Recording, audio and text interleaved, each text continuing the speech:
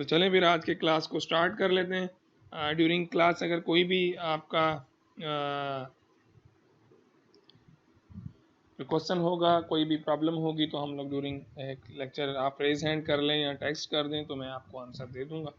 और chapter number 3 जो है वो कंप्लीट हो गया। उसमें एक दो चीज़ें रहती हैं, वो हम लास्ट सेक्शन में जब प्रोबेबिलिटी कंप्लीट करेंगे तो उसके बाद फिर दो चीज़ें हैं जो डिस्कस करने वाली हैं, मेरे जहन में है, तो वो हम बाद में स्टार्ट करेंगे। लेकिन जो मेन पोर्शन था उसमें से वो हम बाद में डिस्कस कर लेंगे। वो मुझे याद है, परेशान ना हो, वो मैंने कुछ प्रॉपर वजह है उसको छोड़ने की, और फिर वो हम दोबारा से स्टार्ट करेंगे वहाँ से।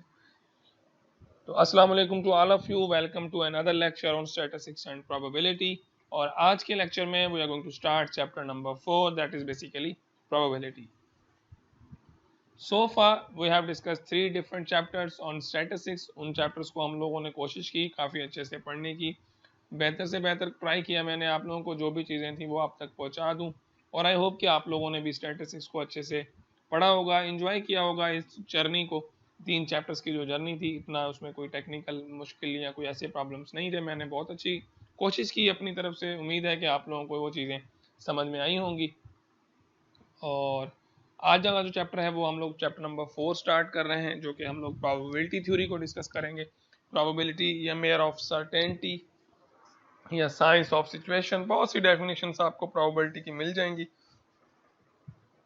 तो आज हम स्टार्ट कर रहे हैं बेसिकली प्रोबेबिलिटी थ्योरी को। तो फर्स्ट डेफिनेशन से स्टार्ट करेंगे। जो फर्स्ट डेफिनेशन है हमारे पास 4.1 में आपको मिल जाती है। प्रोबेबिलिटी को स्टार्ट करने से पहले कुछ डेफिनेशंस को डिस्कस करेंगे। सबसे पहली डेफिनेशन जो हमें मिल जाती है वो आपको मिल जाती है एक्सपेरिमेंट की, और इसमें एक आउटकम है और सैंपल स्पेस है। इन 3 चीज़ों को आज हम डिस्कस करेंगे। अभी हम लोग डिस्कस करने वाले हैं इस स्लाइड में। तो ये क्या होती हैं और ये क्या किस तरह से होती हैं या किस तरह से बनाई जाती हैं।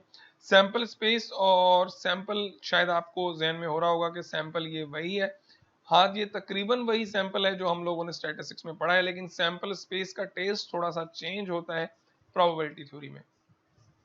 तो एक्सपेरिमेंट से स्टार्ट करते हैं। Going to start with the definition. An experiment is a process that when performed results in one and only one of many observations। Experiment का मतलब ये है कि एक्सपेरिमेंट में आपको बहुत से ऑब्जर्वेशन में से कोई प्रॉपर रिजल्ट्स मिलता है। These observations are called outcomes of the experiment। The collection of all outcomes for an experiment is called sample space।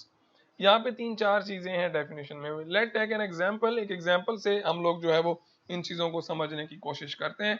सबसे पहले एक्सपेरिमेंट। एक्सपेरिमेंट कुछ भी हो सकता है। फॉर एग्जांपल, मेरे हाथ में एक कॉइन है, एक सिक्का मेरे पास है, और मैं उसको टॉस करता हूँ। I have a coin and I am going to toss it. और ये जो टॉस करने का प्रोसेस है, ये टॉस करने का जो प्रोसेस है वो बेसिकली आपका क्या है, वो आपका एक्सपेरिमेंट है। जब तक वो सिक्का हवा में, फॉर एग्जांपल आपने से एक कॉइन को थ्रो किया, और ये जो पूरा प्रोसेस है वो आपने जैसे थ्रो किया वो फिर हवा में गया, मूव कर रहा है, मूव कर रहा है, और ये जो पूरे का पूरा जो है ये सारा आपका एक्सपेरिमेंट है। और जैसे ही ये एक्सपेरिमेंट कंप्लीट होगा तो इसमें आपको कुछ आउटपुट्स मिलेंगी, कुछ ऑब्जर्वेशंस मिलेंगी, और वो जो आउटपुट्स हैं वो आपकी क्या है, ऑब्जर्वेशंस भी आप उनको कहते हैं, और आप उनको सिंपली आउटकम भी कह लेते हैं। और अगर आपके पास एक एक्सपेरिमेंट में से जितनी भी आउटकम्स निकलती हैं उन सबको मिला के आप लोग लिख लें और किसी सेट में लिखते हैं, सेट नोटेशन, जो कि आप मैथमेटिक्स में पढ़ते हैं कि सेट नोटेशन क्या होती है। तो अगर आप सबको मिला के लिख दें तो वो बेसिकली आपका जो बन जाएगा, सैंपल स्पेस बन जाएगा। यानी कि एक्सपेरिमेंट प्रोसेस होगा, एक्सपेरिमेंट के जो आउटकम्स होंगे या ऑब्जर्वेशंस होंगी वो आपकी आउटकम कहलाती हैं, जो भी ऑब्जर्वेशंस हैं, और सैंपल स्पेस। लेकिन एक बात याद रख लें कि स्टैटिस्टिक्स में जो नॉट स्टैटिस्टिक्स बट प्रोबेबिलिटी में सैंपल स्पेस का मतलब है कि किसी भी एक्सपेरिमेंट के जितने भी पॉसिबल आउटकम्स हैं, हम लोग जितने भी हर तरह से सोचते हैं कि जितने भी पॉसिबल एक्सपेरिमेंट्स हो सकते हैं उनको नोट करते हैं, वो हमें सैंपल स्पेस उसको कहते हैं। जैसे आपके पास स्लाइड शो हो रही होगी, फॉर एग्जांपल हमारे पास एक एग्जांपल है, इस एग्जांपल को देखते हैं, इस एग्जांपल से इसको समझने की कोशिश करते हैं कि आपके पास जो सैंपल स्पेस है वो क्या है और ये सारी चीजें जो हैं।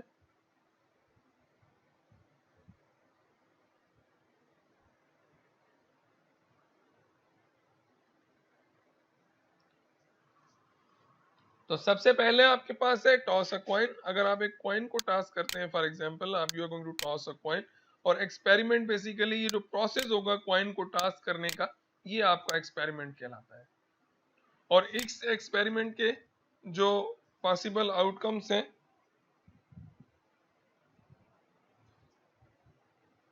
इस एक्सपेरिमेंट के जो पॉसिबल आउटकम्स हैं वो दो बनेंगे, या तो हेड आएगा या टेल आएगा। आपके किसी भी कॉइन को आप टॉस करें तो आपको इन दो आउटपुट्स के अलावा जो है वो आउटपुट नजर नहीं आएगी, या तो आपको हेड मिलेगा या टेल मिलेगा।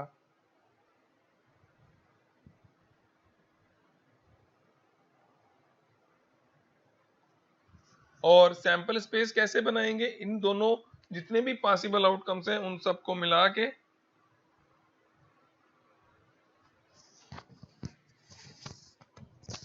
इन सबको आप मिला के सिंपली एक सेट में रखेंगे, जिसको हम लोग कहते हैं सैंपल स्पेस, यानी कि या हेड या टेल। ये आपका सैंपल स्पेस आ गया।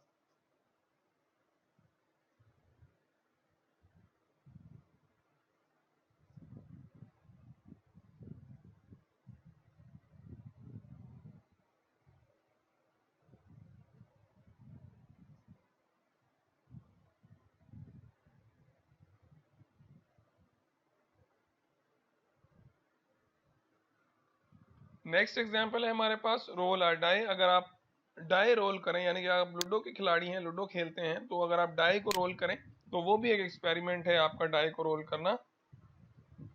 तो जब डाई को रोल करते हैं तो आपके पास पॉसिबल आउटकम्स आ जाएंगी, या तो 1 आएगा या 2 आएगा या 3 4 5 6 आउटपुट। कोई जो आपका जो आउटकम आएगा पॉसिबल, ये जो आउटकम्स हैं ये पॉसिबल आउटकम्स हैं, यानी कि या तो 1 आ जाएगा या 2 आ जाएगा या 3 आ जाएगा,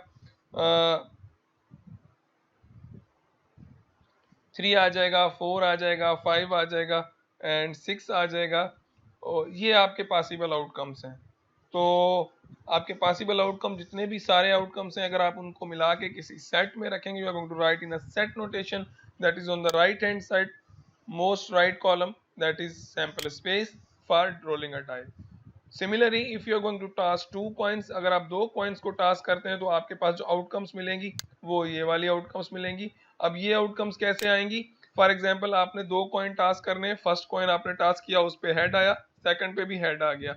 दूसरी पॉसिबिलिटी ये है कि फर्स्ट कॉइन पे हेड आया, सेकंड पे टेल आया, एंड अदर पॉसिबिलिटी फर्स्ट पे टेल था, सेकंड पे हेड था, एंड अदर पॉसिबिलिटी फर्स्ट पे भी टेल आया, सेकंड पे भी टेल आया। तो अगर आप इन सबको मिला के रखेंगे तो आपके पास जो पॉसिबल आउटकम्स आएंगी वो ये आ जाएंगी, यानी कि head tail, head tail, tail head and tail head, tail tail sorry.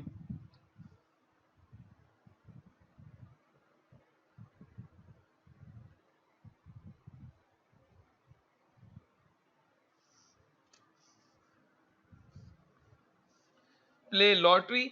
अगर आप लॉटरी प्ले कर रहे हैं तो लॉटरी में आपको क्या पॉसिबिलिटीज मिल जाती हैं?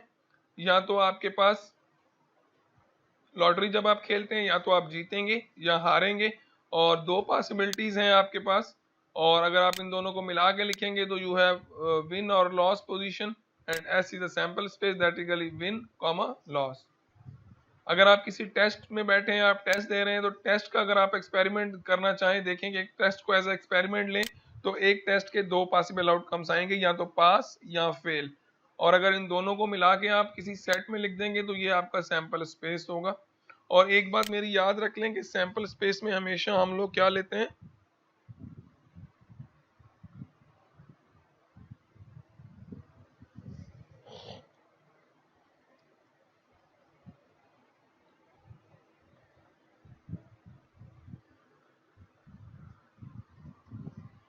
और इसी तरह से अगर आप दो वर्कर्स को सिलेक्ट करेंगे, यानी कि आप you are going to select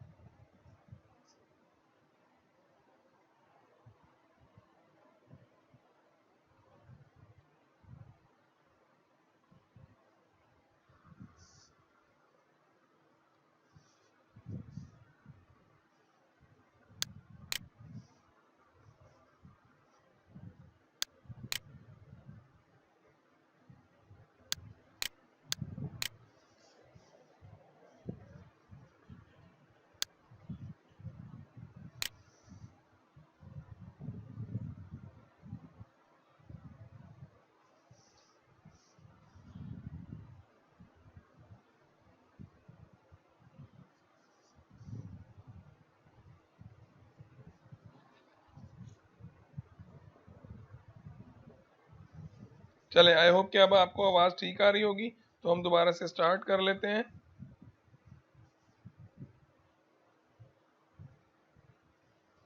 double two अपना माइक ऑफ करें।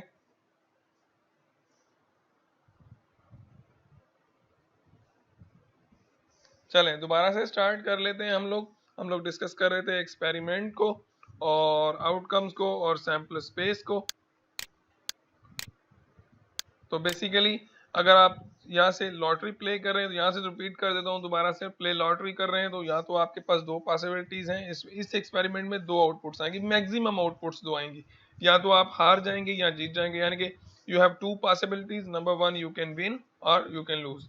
तो इसको अगर आप मिला के लिखेंगे सैंपल स्पेस में, तो आपके पास बन जाएगा win and lose sample space बन जाएगा आपका। फॉर एग्जाम्पल आप किसी टेस्ट में बैठे हैं और आप टेस्ट दे रहे हैं, तो टेस्ट में आपके पास जो है वो दो पॉसिबिलिटीज हैं। एक पॉसिबिलिटी तो ये है कि आप लोग जो है वो फेल हो जाएं या पास हो जाएं, और इनको मिला के लिखेंगे तो आप पास फेल आपका सैंपल स्पेस ये बन जाएगा।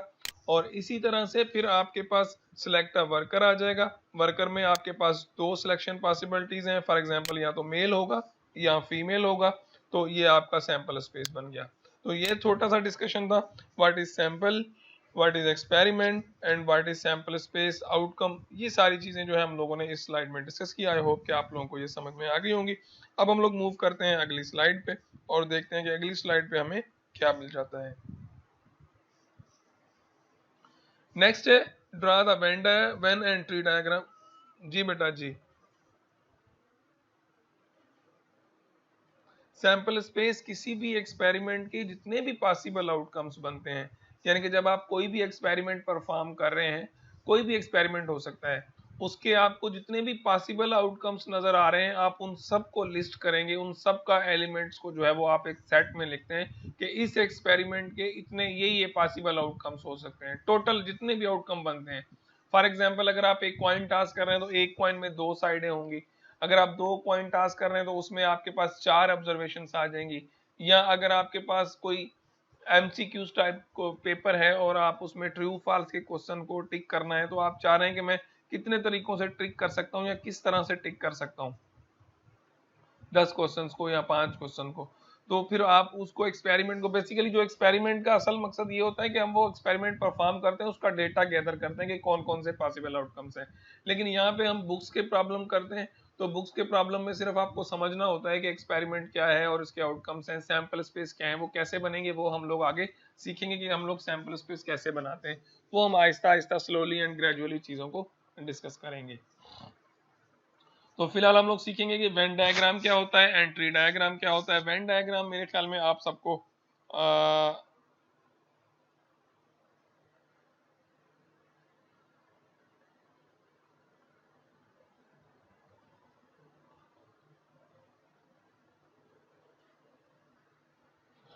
तो वेन डायग्राम में आप लोग क्या करते हैं, सिंपली आप लोग जो है वेन डायग्राम, ये वही वेन डायग्राम है जो आपने डिस्क्रीट मैथमेटिक्स में पढ़े होंगे, बहुत अच्छे से डिस्क्रीट मैथमेटिक्स आपने पढ़ा होगा। आई होप कि उसमें आपने वेन डायग्राम बनाना सीखा था, लेकिन ट्री डायग्राम ने आपने वहां पे नहीं सीखा होगा। तो मैं इस लेक्चर में बेसिकली आज स्लाइडों पे आपको बताऊंगा कि हम लोग ट्री डायग्राम जो है वो किस तरह से बना सकते हैं, किसी भी एक्सपेरिमेंट का जो ट्री डायग्राम है वो कैसे बनता है। Tree diagram is very much simple, बहुत आसान है डायग्राम ये। आपके पास फॉर एग्जांपल यहाँ पे हम लोग ट्री डायग्राम बना रहे हैं एक कॉइन को टास्क करने का। फॉर एग्जांपल एक कॉइन को टास्क करेंगे तो ये समझ लें कि ये कॉइन है, और यहाँ पे उसमें जो पॉसिबल आउटकम्स आएंगी या तो हेड होगी या आपकी टेल होगी। तो ये बेसिकली आपका जो है वो एक सिंपल सा ट्री डायग्राम है, जो कि आप इस तरह से या तो हेड कर लें, यहाँ पे आप टेल कर लें। और ये जो पिक्चर आपको अपनी स्क्रीन पर नजर आ रही है रेड कलर में, ये बेसिकली आपका जो है वो ट्री डायग्राम है। यानी कि ट्री डायग्राम में हम लोग क्या करते हैं, सिंपली जितने भी पॉसिबल आउटकम्स होते हैं उनको एज अ ट्री के साथ जो है वो डिजाइन कर देते हैं। तो आगे देखते हैं स्लाइड में हमारे पास क्या है। फॉर एग्जांपल ये 4.1 उसी क्वेश्चन का आंसर है जो कि हम लोग कर रहे हैं वेन डायग्राम। वेन डायग्राम में आप लोगों के पास सिंपली सेट जो होते हैं, सेट जो हम लोग well collection of well and distinct objects, उनका जो कलेक्शन है उसको बेसिकली हम लोग वेन डायग्राम में सेट को रिप्रेजेंट करने के लिए वेन डायग्राम को यूज किया जाता है। ये वेन डायग्राम है जो कि आप लोग आई होप कि आप स्टैटिस्टिक्स में सीख गए होंगे। वेन डायग्राम में मैं इतना इंटरेस्ट नहीं रखता, लेकिन मैं जो इंटरेस्ट है मेरा आप लोगों की क्लास के लिए वो है ट्री डायग्राम। तो ट्री डायग्राम में आपको फॉर एग्जांपल अगर आप इसको एक कॉइन समझ लें, तो जब भी आप एक कॉइन देखते हैं तो उसमें एक कॉइन अगर आपके पास है तो उसमें दो पॉसिबल आउटकम्स हैं, एक हेड होगा और एक टेल होगा।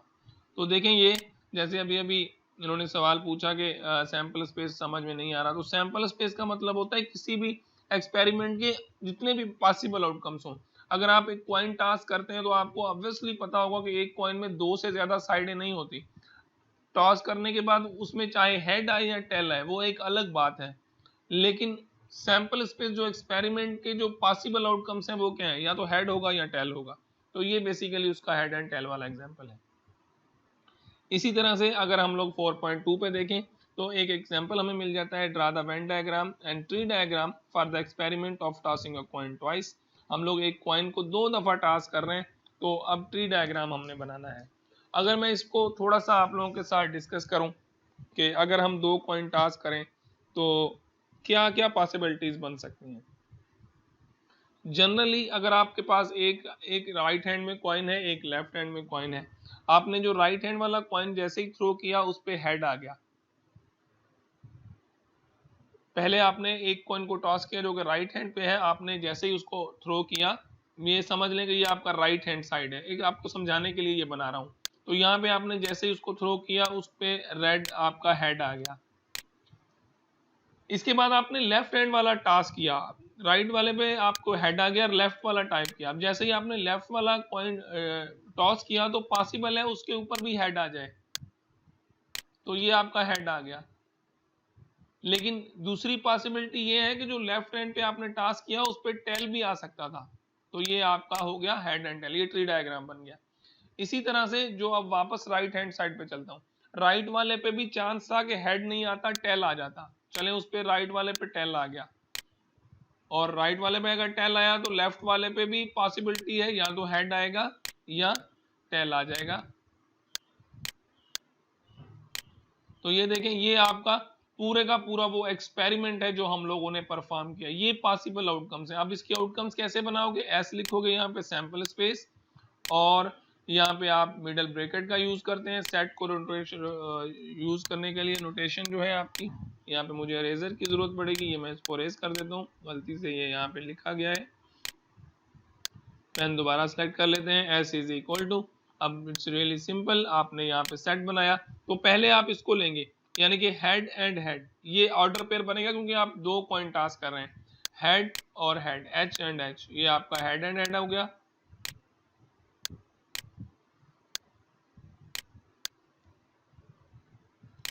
तो ये आपका ओके हो गया। अब आप इस तरफ आएंगे, हेड एंड टेल। दूसरी पॉसिबल आउटकम ये है कि पहले सिक्के पे हेड आ जाए, दूसरे पे टेल आ जाए, तो ये आप यहाँ पे लिखेंगे हेड एंड टेल।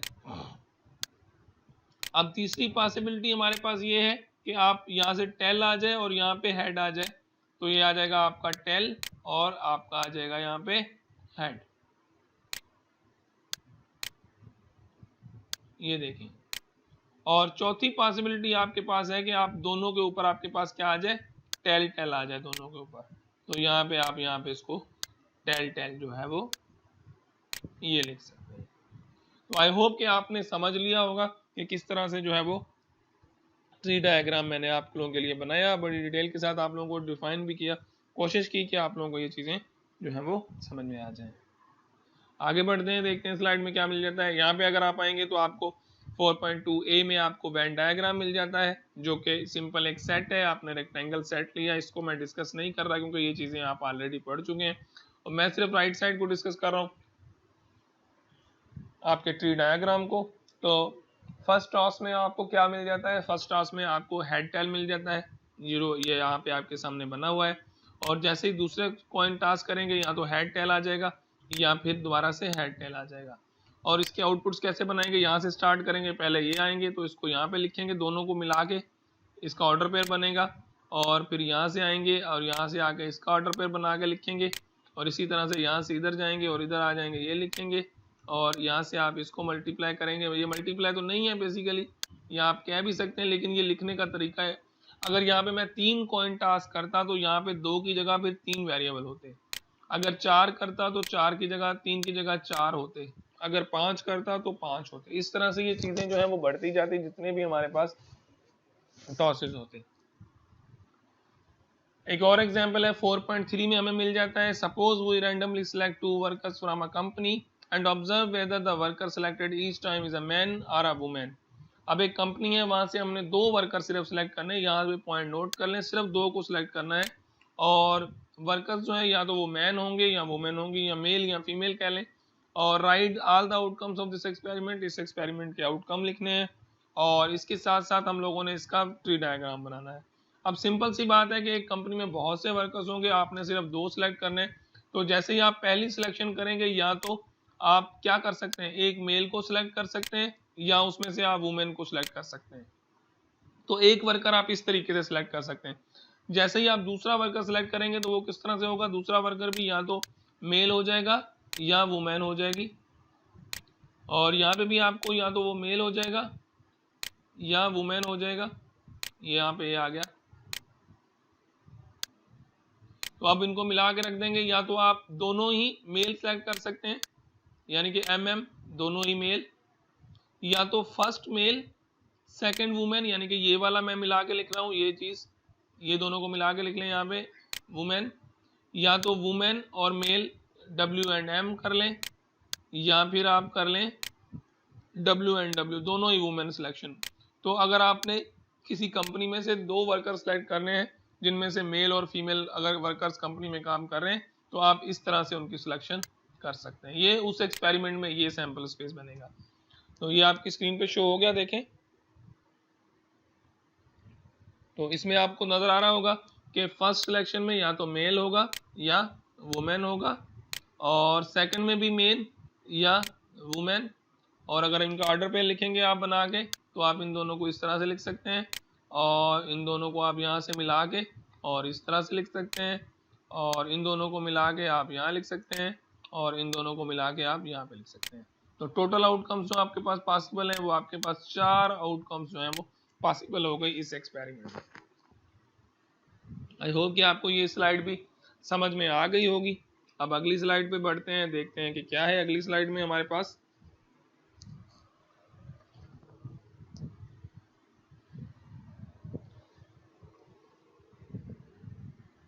इस स्लाइड में हमें कुछ डेफिनेशंस मिल जाती हैं। सबसे पहली डेफिनेशन जो है वो इवेंट की है। What is an event? An event is a collection of one or more of the outcome of an experiment. यानी अगर आपने कोई भी एक्सपेरिमेंट किया है और उस एक्सपेरिमेंट के जितने भी आउटकम्स हैं, उनकी कोई भी एक आउटकम जो है, हमारा इंडिविजुअल आउटकम्स जो है, उनको आप इवेंट्स कहते हैं। जैसे आपने कॉइन टास्क किया, उसमें हेड एंड टेल आया, तो हेड भी एक इवेंट है और टेल भी एक इवेंट है। तो ये आपका होता है इवेंट। ये डेफिनेशन ज़रूरी है अंडरस्टैंड करना, इनको आप ज़रूर अंडरस्टैंड करने की कोशिश कीजिए, ताकि आपको आगे जो है वो जाके प्रॉब्लम्स ना हो। अब चीज़ें थोड़ी कॉम्प्लिकेटेड हो जाएंगी। प्रोबेबिलिटी थ्योरी थोड़ी सी जो है वो कॉम्प्लिकेटेड है as compare to statistics. Statistics बहुत सिंपल था, ये थोड़ा सा मुश्किल तो नहीं कहेंगे हम इसको, लेकिन थोड़ा सा जो है वो क्रिटिकल थिंकिंग का इसमें टच आ जाता है। तो थोड़ा सा आप लोगों को जो बेसिक चीज़ें हैं वो ज़रूर कवर करनी पड़ेंगी। तो आई होप कि आपको इवेंट समझ में आया होगा कि इवेंट किसे कहते हैं। Is a collection of one or more outcomes of an experiment. तो इवेंट जो है वो आपके जो एक्सपेरिमेंट के आउटकम्स हैं, बेसिकली आप उनको इवेंट भी कह सकते हैं। और उसके बाद हमारे पास 2 तरह के इवेंट्स होते हैं, एक सिंपल इवेंट होता है, एक कंपाउंड इवेंट होता है। सिंपल इवेंट का मतलब है कि एक ही आउटपुट, और कंपाउंड इवेंट का मतलब ये है कि एक ही इवेंट में 2 आउटपुट्स आपके पास हों। जैसे एग्जांपल अगर आप देखेंगे तो आपको यहाँ पे समझ में आ जाएगा।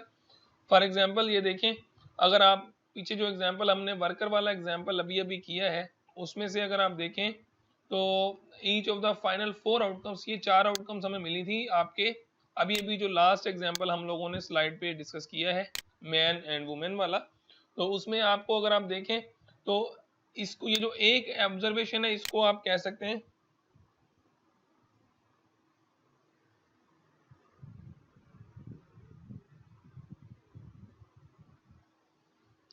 सैंपल स्पेस में आपके सारे के सारे एलिमेंट होते हैं। जो सैंपल स्पेस के एलिमेंट होते हैं बेसिकली वो इवेंट होते हैं। Sample space is a collection of all the events, all the points. वो एक बहुत बड़ा सेट है, जैसे यूनिवर्सल सेट होता है। आप इस तरह से समझ लें कि सैंपल स्पेस में सारे एलिमेंट होंगे। देखिए अब ये आपके पास सैंपल स्पेस था लास्ट एग्जांपल में, M M, M W, W M and W W, ये आपका सैंपल स्पेस है। अब ये इसके जो एलिमेंट्स हैं, एम एम ये आपका एक इवेंट है और एम डब्ल्यू आपका दूसरा इवेंट है, ये आपका तीसरा इवेंट है, ये आपका चौथा इवेंट है। तो अब आपको मेरे ख्याल में समझ में आ गया होगा कि इवेंट और सैंपल स्पेस, सारे इवेंट्स को मिला के इकट्ठा करके लिखोगे तो आपका सैंपल स्पेस बनेगा। और ये जो इवेंट्स हैं ये सिंपल इवेंट्स हैं आपके, ये जो है ये इसको कहते हैं हम लोग सिंपल इवेंट, जिनमें सिर्फ एक ही इवेंट है। लेकिन अगर ऐसे इवेंट्स जिनमें एक से ज्यादा event at the same time हो तो वो आपका कंपाउंड इवेंट होता है। जैसे ये है, a compound event is a collection of more than one outcome for an experiment. यानी कि किसी भी एक्सपेरिमेंट के एक से ज्यादा अगर आप आउटकम्स को लिखेंगे एक साथ तो वो आपका कंपाउंड इवेंट होता है। लाइक एग्जांपल देख लें। अब ये देखें, आपके पास सैंपल स्पेस में एलिमेंट्स कौन से थे? सैंपल स्पेस में थे M W, W M, W W और एम डब्ल्यू, चार थे। लेकिन आपने उसमें से यहाँ पे तीन इवेंट इकट्ठे करके लिखे हैं, सिर्फ तीन इवेंट्स हैं। एक से ज्यादा इवेंट एक ही सेट में अगर आपके पास होंगे तो वो आपका कंपाउंड इवेंट होता है।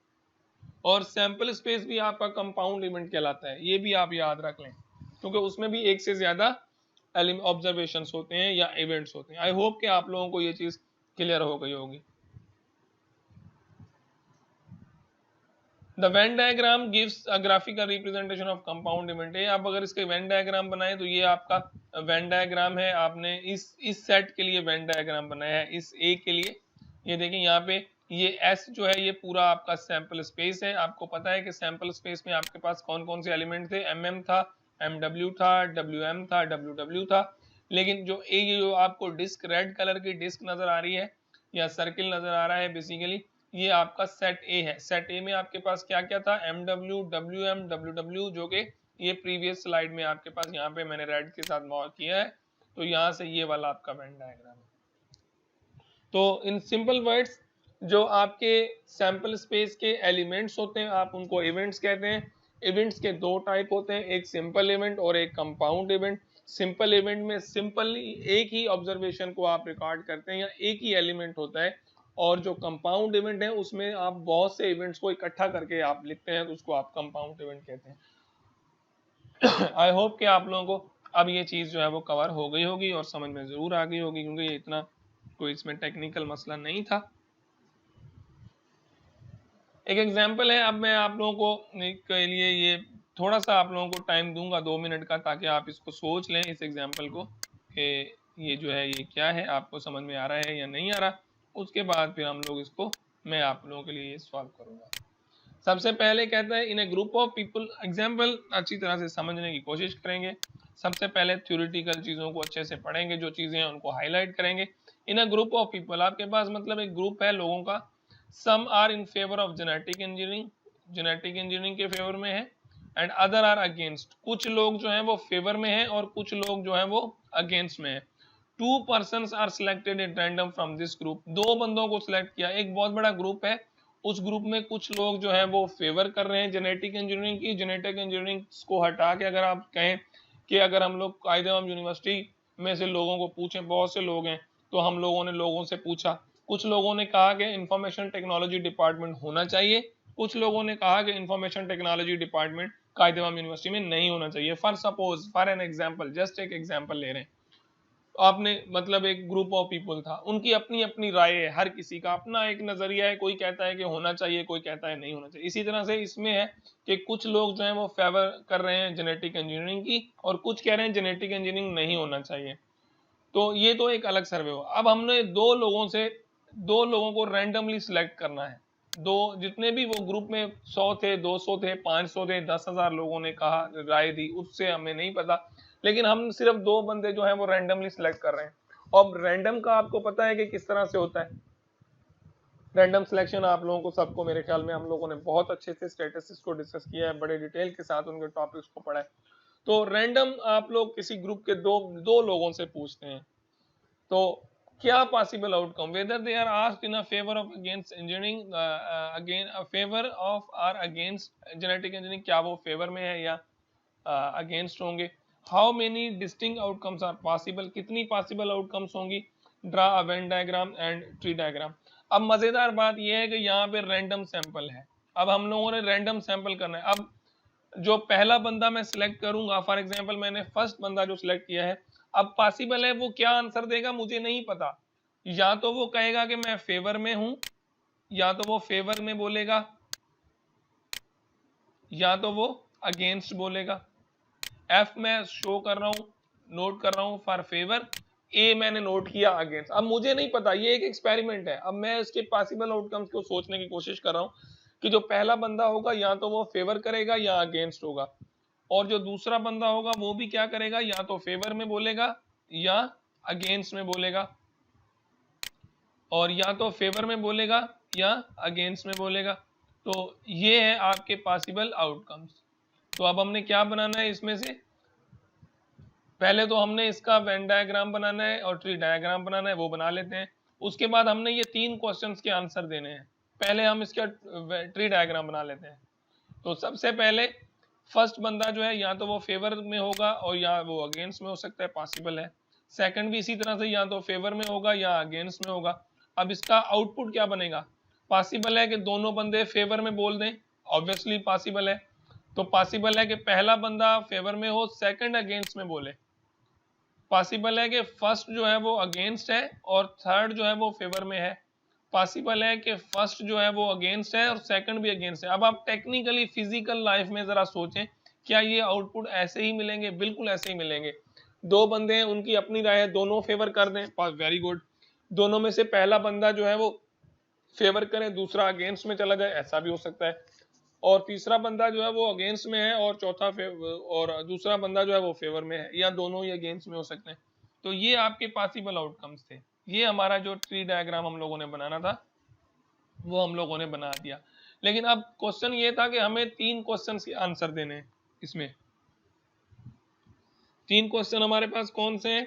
पार्ट ए में हमने बताना है कि both person are in favour of the genetic engineering. तो वो कौन सा इवेंट होगा जिसमें दोनों बंदे जो है वो फेवर करेंगे जेनेटिक इंजीनियरिंग की। तो ऑब्वियसली दोनों फेवर करेंगे, वो ये वाला है, एफ एफ जो है वो आपका दोनों फेवर करेंगे। यानी कि इसमें से हम लोगों ने, ये जो आपके पास स्लाइड शो हुई है, इसमें से हम लोगों ने ये वाला जो सेक्शन है ये हम लोगों ने सिलेक्ट किया है फेवर के लिए, क्योंकि इसमें दोनों फेवर में है। और दूसरा था at most one person is against in genetic engineering. एक बंदा, एट मोस्ट का मुराद यहाँ पे स्टेटिस्टिक्स में या प्रोबेबिलिटी में 2 टर्म बहुत ज्यादा यूज होते हैं। एक होता है एट लीस्ट और एक होता है एट मोस्ट। एट लीस्ट से मुराद होता है कि कम अज कम इतने, इससे ज्यादा भी हो सकते हैं। एट मोस्ट का मतलब है कि ज्यादा से ज्यादा इतने होंगे, उससे कम भी हो सकते हैं। समझ रहे मेरी बात। एट लीस्ट का मतलब है कि कम अज कम ये, इससे ज्यादा होंगे, इससे कम नहीं। एट मोस्ट का मतलब है कि मैक्सिमम ये, इससे ज्यादा नहीं होंगे, इससे कम होंगे। At most one person in a genetic favour. तो यहाँ पे देखिए, यहाँ पे दोनों फेवर में हमें एट मोस्ट चाहिए, तो इसमें एक तो फेवर में है, एक इवेंट ये हो गया, और इसमें भी एक फेवर में है और इसमें भी एक फेवर में है। तो ये आपके बी पार्ट का आंसर हो गया।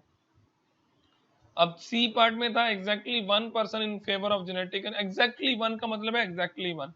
तो देखें ये 2 इवेंट्स हैं। अब ये दोनों इवेंट, ये भी कंपाउंड इवेंट होगा, ये भी कंपाउंड इवेंट होगा, और ये आपका सिंपल इवेंट होगा। आई होप कि आप लोगों को समझ में आया होगा। अगर नहीं आया तो रेज योर हैंड, अगर आप क्वेश्चन पूछना चाह रहे हैं तो जल्दी से इस स्लाइड में से अगर कोई सवाल है तो पूछ ले, रेज योर हैंड, नहीं तो फिर हम आगे बढ़ें।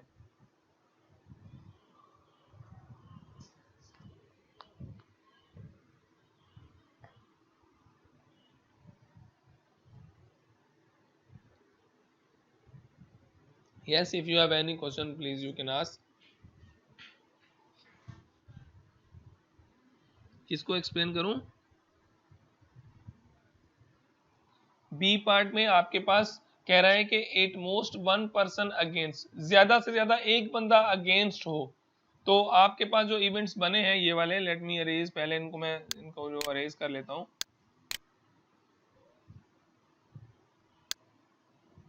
ये तो सेकंड पार्ट में कह रहा है कि एट मोस्ट एक बंदा अगेंस्ट हो, एट मोस्ट मतलब मैक्सिमम ये हो, उससे कम भी हो सकते हैं। तो अब देखें इसमें दो हैं तो हमें एक चाहिए, तो एक बंदा तो इनमें ऑलरेडी है। देखिए ना, अगर दोनों ही अगेंस्ट हैं तो एक बंदा तो ऑलरेडी अगेंस्ट है ना इसमें, तो हमें एक बंदा इसमें अगेंस्ट है, एक इसमें अगेंस्ट है, एक इसमें अगेंस्ट है, तो ये तीनों इवेंट्स वहां पे हम लोगों ने इसीलिए लिखे हैं। यानी कि इसमें भी अगेंस्ट है एक, इस इवेंट में भी अगेंस्ट है और इसमें भी अगेंस्ट है। एट मोस्ट ये इसलिए नहीं लिया कि इसमें दो हैं, एट मोस्ट वन हो। ठीक हो गया, सॉरी, हाँ ठीक हो गया। तो ये देखें, ये आपने इसमें भी एक आ गया, इसमें भी एक आ गया, इसमें एट मोस्ट मतलब मैक्सिमम वन हो।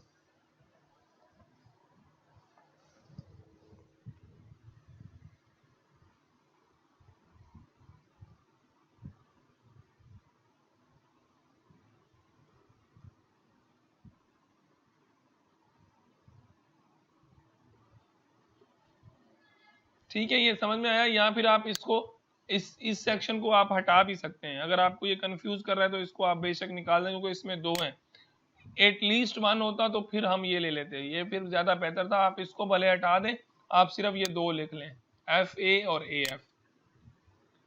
तो एट मोस्ट जो है वो आपका एक हो, मैक्सिमम एक हो, इससे ज्यादा नहीं होना चाहिए, इससे कम हो जाएगा। तो आप ये वाला जो सेक्शन है, ये शायद यहाँ पे probably maybe there is some mistake, typo हो गई है, तो इसको आप हटा सकते हैं, ये आप दो नोट कर लें। और एग्जैक्टली वन में तो क्लियर है बिल्कुल, ये अगर एटलीस्ट एक होता तो फिर हम लोग ये सारा ये वाला भी शो कर सकते थे इसमें। तो आई होप कि आपको समझ में आ गया होगा। और किसी के जहन में कोई सवाल हो तो प्लीज जी, और किसी के जहन में कोई सवाल हो तो बेटा पूछ लो जल्दी से। 50 आप कुछ पूछना चाह रहे हैं, पूछ लें।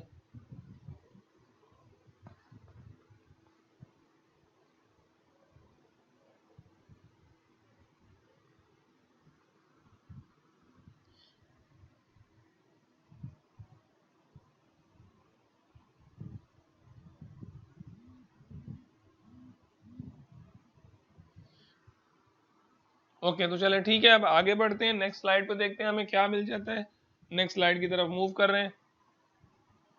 कैलकुलेटिंग प्रोबेबिलिटी, आई होप कि आपको ये सेक्शन क्लियर हो गया होगा। अब कैलकुलेटिंग प्रोबेबिलिटी जो है उसको डिस्कस कर लेते हैं, कैसे करते हैं। What is probability? सबसे पहले आपको प्रोबेबिलिटी की डेफिनेशन मिल जाती है। Probability is a numerical measure of likelihood that has a specific event will occur. बहुत सी डेफिनेशंस आपको मिल जाएंगी प्रोबेबिलिटी की। यहाँ पे जो डेफिनेशन है, is a numerical measure of likelihood. Likelihood से मुराद है कि आप क्या डिजायर कर रहे हैं, आप क्या आउटपुट चाह रहे हैं, किस तरह के आप सोच रहे हैं कि क्या होना चाहिए। आप कोई एक्सपेरिमेंट कर रहे हैं, उसमें डेफिनेटली अगर देखें, आप फॉर एग्जांपल एक कॉइन टास्क कर रहे हैं, आप चाह रहे हैं कि यार हेड आए। मैं टास्क तो कर रहा हूं या कर रही हूं, लेकिन मुझे चाहिए हेड। जब हम शर्त लगाते हैं कि मैं टास्क करूंगा तो हेड आएगा, तो आपका लाइकहुड को जो है न्यूमेरिकल मेयर देने के लिए, यानी कि न्यूमेरिकली इसका कितना चांस होगा। जो हम कह तो देते हैं जुबानी कि आज बारिश होगी, लेकिन बारिश होगी तो उसकी क्या कितने परसेंट चांस है, न्यूमेरिकल मेयर उसकी क्या है। ये है चीजें लाइकहुड। आप अगर आप चाह रहे हैं कि आप बादल आ रहे हैं और आपकी दोस्त के साथ शर्त लग गई कि बारिश होगी या नहीं होगी, तो आप इन चीजों को न्यूमेरिकल मेयर किस तरह से देंगे कि कितने परसेंट चांस है कि बारिश होगी और कितने परसेंट चांस है कि बारिश नहीं होगी। ये बेसिकली इस तरह के जो क्वेश्चंस हैं उनमें आप प्रोबेबिलिटी का यूज करते हैं। तो न्यूमेरिकल मेयर दे देते हैं आप लाइकहुड को, और स्पेसिफिक इवेंट विल ऑकर। यहाँ पे स्पेसिफिक इवेंट का मतलब है जो आपका डिजायर्ड आउटपुट है। सैंपल स्पेस में हम लोगों ने डिस्कस किया कि हम सारे के सारे आउटपुट लिखते हैं जितने भी पॉसिबल हैं, लेकिन जो स्पेसिफिक इवेंट है वो इवेंट होता है जो हमें डिजायर होता है। फॉर एग्जाम्पल, मैं अगर कॉइन टास्क कर रहा हूं तो मैं चाह रहा हूं कि हेड आए, तो मेरा डिजायर आउटपुट जो है वो हेड है। या अगर मैं डाई रोल कर रहा हूं, फॉर एग्जाम्पल मुझे दो चाहिए जीतने के लिए, डाई पे लूडो खेल रहा हूं, मुझे दो चाहिए, तो पॉसिबल आउटकम्स कितने हैं? 6 हैं। 1 आ सकता है, 2 आ सकता है, 3 4 5 6, लेकिन जो मेरी डिजायर आउटकम है मुझे दो चाहिए। तो दो आने की क्या प्रोबेबिलिटी होगी? क्या न्यूमेरिकल मेयर है कि जब मैं डाई रोल करूंगा तो उसमें से दो ही आएगा। तो इन चीजों को न्यूमेरिकल मेयर में चेंज करने के लिए हम प्रोबेबिलिटी को यूज करते हैं। किस तरह से प्रोबेबिलिटी कैलकुलेट करेंगे वो देखते हैं। कुछ थ्योरम्स आपको मिल जाते हैं। दो प्रोबेबिलिटीज हैं आपके पास। नंबर 1 प्रोबेबिलिटी है कि प्रोबेबिलिटी जो है वो हमेशा 0 और 1 के बीच में होती है। ये याद रख लें कि किसी भी इवेंट की प्रोबेबिलिटी या तो 0 होगी यानी कि वो इवेंट ऑकर नहीं कर रहा, 1 होगी यानी कि 100% ऑकरेंस है, और इसके अलावा कोई प्रॉबिलिटी नहीं होगी, 0 और 1 के दरमियान होगी। प्रॉबिलिटी कभी भी 1 से बड़ी नहीं होती, ये मेरी बात याद रख लें, प्रॉबिलिटी कभी 1 से बड़ी नहीं होती और प्रॉबिलिटी कभी 0 से छोटी नहीं होती, ये पॉसिबल ही नहीं है। और अगर आपके पास बहुत सारे इवेंट्स हैं, सेकंड थ्योरम जो है कि अगर आपके पास बहुत सारे इवेंट्स हैं, आपने एक एक्सपेरिमेंट किया है और आप उन सब इवेंट्स की अलग अलग प्रॉबिलिटीज फाइंड कर लेते हैं, यानी कि आपने एक एक्सपेरिमेंट परफॉर्म किया, उस सारे एक्सपेरिमेंट के जितने भी इवेंट्स हैं उन सब की आपने प्रॉबिलिटी फाइंड कर ली, और in the end if you are going to add all the probabilities of any experiment you will get equal to 1, sum of all the probabilities is always equal to 1। ये चीजें बहुत helpful होती हैं जब हम लोग प्रॉब्लम करते हैं, ये थ्योरम हमें बहुत हेल्प करते हैं कि आपके जितने भी इवेंट्स हैं किसी एक्सपेरिमेंट के, उन सब की प्रॉबिलिटी को अगर आप फाइंड करके ऐड करेंगे तो 1 आएगा, 1 से बड़ा रिजल्ट कभी भी नहीं आएगा, हमेशा 1 आएगा, सम ऑफ ऑल द इवेंट्स की प्रॉबिलिटी का। तो ये दो प्रॉपर्टीज थी प्रॉबिलिटी की, आई होप कि ये क्लियर हो गई होंगी। और classical probability, 2 or more outcomes of event that have same probability of occurrence is said to be equally likely। अब डेफिनेशन हमें मिल जाती है equally likely outcomes. Equally likely outcomes का मतलब क्या है कि ऐसे इवेंट्स जिनकी दोनों की प्रॉबिलिटी, 2 या 2 से ज्यादा इवेंट्स हो और सबकी प्रॉबिलिटी सेम हो, वो इक्वली लाइकली होते हैं। जैसे क्वाइन है, हेड की प्रॉबिलिटी भी 50%, टेल की प्रॉबिलिटी भी 50%। इफ ऑल इवेंट्स, अगर आप क्वेश्चन पूछ रहे हैं कि अगर किसी सबकी प्रॉबिलिटी 0 हो तो इसका मतलब है वो इवेंट परफॉर्म ही नहीं हुआ, यानी कि वो पॉसिबल ही नहीं है, वो इवेंट नहीं हुआ, वो इवेंट नहीं होगा, वो प्रॉबिलिटी नहीं होगी। फिर आपको मिल जाती है क्लासिकल प्रॉबिलिटी, दोबारा से इक्वली लाइकली। इक्वली लाइकली से मुराद है कि ऐसे इवेंट्स जिनकी सेम चांस हो, जैसे आप डाई रोल करते हैं तो 1 की प्रॉबिलिटी भी सेम होती है आने की, 2 की भी सेम होती है, 3 की भी सेम होती है, 4 की भी सेम होती है, 5 की भी सेम, 6 की भी सेम। क्वाइन टास्क करते हैं तो हेड की भी 0.5, टेल की भी 0.5। तो इस तरह के इवेंट्स को इक्वली लाइकली इवेंट्स कहा जाता है। क्लासिकल प्रोबेबिलिटी रूल, आप कैसे प्रोबेबिलिटी कैसे फाइंड करेंगे कि अगर आपके पास इक्वली लाइकली इवेंट्स हैं, यानी कि ऐसे इवेंट्स जिनकी प्रोबेबिलिटी इक्वली लाइकली है, तो आप 1 अपन और टोटल नंबर ऑफ एक्सपेरिमेंट से डिवाइड कर देंगे। या इसी फार्मूला को ज़्यादातर जनरलाइज किया जाता है नंबर ऑफ फेवरेबल आउटकम या डिजायर्ड आउटकम, यानी कि जो आपका फेवरेबल आउटकम है उसको ऊपर रखेंगे और total number of outcomes of the experiment, यानी कि सैंपल स्पेस में कितने एलिमेंट है उससे डिवाइड कर देंगे। ये आखिरी एग्जांपल कर रहे हैं, इसके बाद वाइंड अप कर रहे हैं क्योंकि मेरा जो गला है वो साथ नहीं दे रहा आज, तो नेक्स्ट लेक्चर में आगे डिस्कस करेंगे। आज के लेक्चर में ये वाला एग्जाम्पल करके वाइंड अप कर रहे हैं, इसके बाद क्वेश्चंस लेंगे और अटेंडेंस ले रहा हूँ। क्वेश्चन है find the probability of obtaining a head and probability of obtaining a tail for 1 toss of coin. क्या प्रोबेबिलिटी होगी जब आप एक कॉइन को टॉस करेंगे, हेड की प्रोबेबिलिटी भी बता दें और टेल की भी बता दें। तो बहुत आसान है ये क्वेश्चन। सबसे पहले अगर आप कॉइन टॉस करेंगे तो एस जो है वो सैंपल स्पेस में आपके पास क्या मिलेगा, 2 इवेंट्स होंगे, एक आपके पास होगा हेड और एक आपके पास क्या होगा, टेल होगा। यहाँ पे मैं लिख देता हूँ ज़्यादा डिटेल में समझाने के लिए। यहाँ पे हेड एंड टेल आपके आ गए। ये आपके पास देखें, ये जो 2 है यहाँ पे 2 लिखा है, ये कहाँ से आया, ये सैंपल स्पेस के एलिमेंट है। कितने एलिमेंट्स हैं यहाँ पे, 2 हैं, एक हेड है और एक टेल है। ये बीच में कामा है, इसके यहाँ पे कामा, ये अलग अलग है क्योंकि हम लोग एक कॉइन टास्क कर रहे हैं, हेड एंड टेल। तो हेड यहाँ पे कितने हैं, एक है, ये देखिए फेवरेबल आउटकम मेरा हेड है, ये ऊपर रखा है 1/2 दैट इज 0.5, और टेल भी यहाँ पे एक है तो यहाँ पे रखा है डिवाइड किया 2 से 0.25। इसका मतलब है probability of head is 0.5 and probability of tail is 0.5। तो ये आपके प्रॉब्लम का सलूशन हो गया। Find the probability of obtaining an even number in 1 roll of die. Even number की प्रोबेबिलिटी, अगर आप डाई रोल कर रहे हैं, यानी कि आप डाई के साथ खेल रहे हैं, लूडो खेल रहे हैं फॉर एग्जांपल, सिंधी में जिसको हम छक्को कहते हैं, अगर आप उसके साथ खेल रहे हैं तो आपने वो अगर टॉस करेंगे तो क्या पॉसिबल आउटकम्स आएंगी, 1 पॉसिबल है, 2 पॉसिबल है, 3 पॉसिबल है, 4 पॉसिबल है, 5 पॉसिबल है, और यहाँ पे आपके पास 6 पॉसिबल है। टोटल पॉसिबल आउटकम जो है वो आपके 6 हैं। और इवन नंबर की प्रोबेबिलिटी फाइंड करनी है। इसमें से इवन नंबर कौन से हैं, इवेंट्स कौन से बनेंगे, 2, 4 और 6, यानी कि मेरा फेवरेबल आउटकम्स कितने हैं, 2, 4, 6। कितने इवेंट हुए, 1, 2, 3, इसका मतलब है फेवरेबल आउटकम कितनी है, 3, और टोटल एलिमेंट्स कितने हैं सैंपल स्पेस में, 1, 2, 3, 4, 5, 6, 3/6 से डिवाइड करेंगे तो आपको क्या मिलेगा, 1/2। 1/2 यानी कि आप जब भी लूडो खेलेंगे या डाई को रोल करेंगे तो ये याद रख लें कि 50% चांस है कि ऑड नंबर आएगा और 50% चांस है कि इवन नंबर आएगा। तो ये था ये question. I think it's enough for the day, आज के लिए इतना काफी है। इंशाल्लाह फिर मुलाकात होगी कल कुछ नए आइडियाज के साथ। तब तक ये बेसिक डेफिनेशंस आप लोग स्टडी कीजिएगा, जो भी चीजें आपको प्रॉब्लम में हो उनको नोट कर लीजिएगा। नेक्स्ट लेक्चर में जब हम लोग आएंगे तो फिर आप लोगों के लिए दोबारा से जो भी चीजें आपको इरिटेट करेंगी या परेशानी आपको होगी तो वो हम जरूर डिस्कस कर लेंगे। अब अटेंडेंस की तरफ चलते हैं और उससे पहले हम लोग कुछ क्वेश्चन जो हैं वो ले लेते हैं। तो आ जाइए क्वेश्चन के सेक्शन में।